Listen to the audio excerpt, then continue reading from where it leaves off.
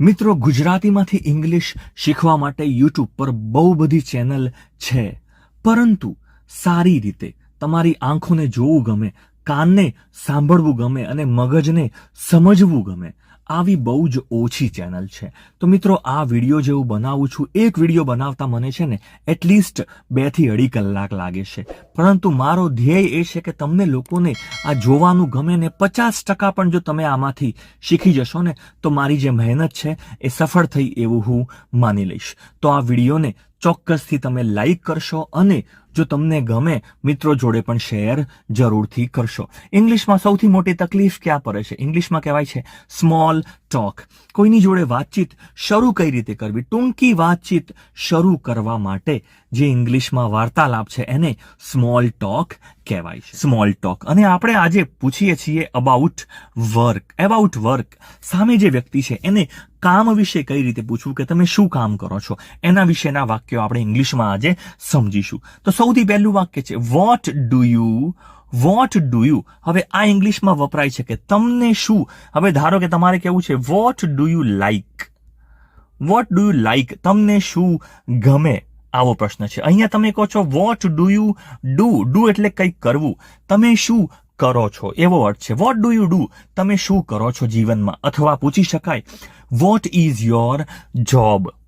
Vote મતલબ શું, vote એટલે શું, તમારી નોકરી શું છે, તમે શું કરો છો એ અર્થમાં અહીંયા વાક્ય પૂછ. હવે ધારો કે તમે ડોક્ટર છો તો તમને કોઈ નોકરીની જગ્યાએ તમે શું કહેશો? Vote is your profession. Profession એટલે તમારો વ્યવસાય શું છે. Vote is your profession. તમારે એ રીતે વાક્ય પૂછવાનું છે. Vote is your profession. પછી તમે જવાબમાં શું કહેશો? આઈ એમ અ સ્ટુડન્ટ. જવાબ અલગ અલગ હોઈ શકે. હું નોકરી કરું છું, વિદ્યાર્થી છું, રિટાયર્ડ છું. તો આઈ એમ અ સ્ટુડન્ટ. હું વિદ્યાર્થી છું. બોલો, I am a student. Very good. Next વાક્ય છે I work in a bank. હું બેંકમાં કામ કરું છું. I work in a bank. બોલો, I work in a bank. હું બેંકમાં કામ કરું છું. નેક્સ્ટ વાક્ય છે I am currently unemployed. Employ નો મતલબ થાય છે કોઈને નોકરી આપી, એમ્પ્લોયમેન્ટ.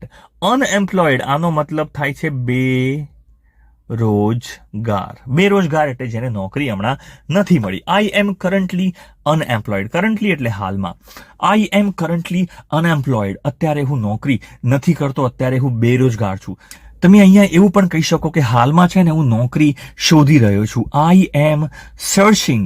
સર્ચ કરવું એટલે શોધવું. આઈ એમ સર્ચિંગ ફોર અ જોબ. અત્યારે હું નોકરીની તપાસ કરી રહ્યો છું. I M searching for a job. ઠીક છે ને? નેક્સ્ટ આ રીતે વાક્ય બોલી શકાય છે. તમે કહી શકો આઈ રન. હવે રનનો અર્થ થાય છે દોડવું, પણ પોતાનો બિઝનેસ ચલાવવો, પોતાનો કારોબાર છે. આઈ રન માય ઓન એટલે પોતાનો બિઝનેસ, મારો પોતાનો કારોબાર છે, પોતાનો ધંધો છે. I run my own business. બોલો, I run my own business. આ રીતે બોલી શકાય છે. I am retired now. અત્યારે હું રિટાયર્ડ છે એટલે કે નિવૃત્ત છું. I am retired now. પરંતુ આની પહેલા હું શું કરતો એ તમે કહી શકો I use to work at મૂકી શકો, અહીંયા ઇન પણ મૂકી શકો. I use to work in bank. બોલો, I use to work in bank. હું પહેલા છે ને બેંકમાં કામ કરતો. તો આ રીતે તમે પહેલા કામ કરતા, રિટાયર્ડ થયા પહેલા, એ તમે અહીંયા મૂકી શકો છો. તો friends, thank you for watching this video. આશા રાખું છું તમને આ વિડીયો ગમ્યો હશે.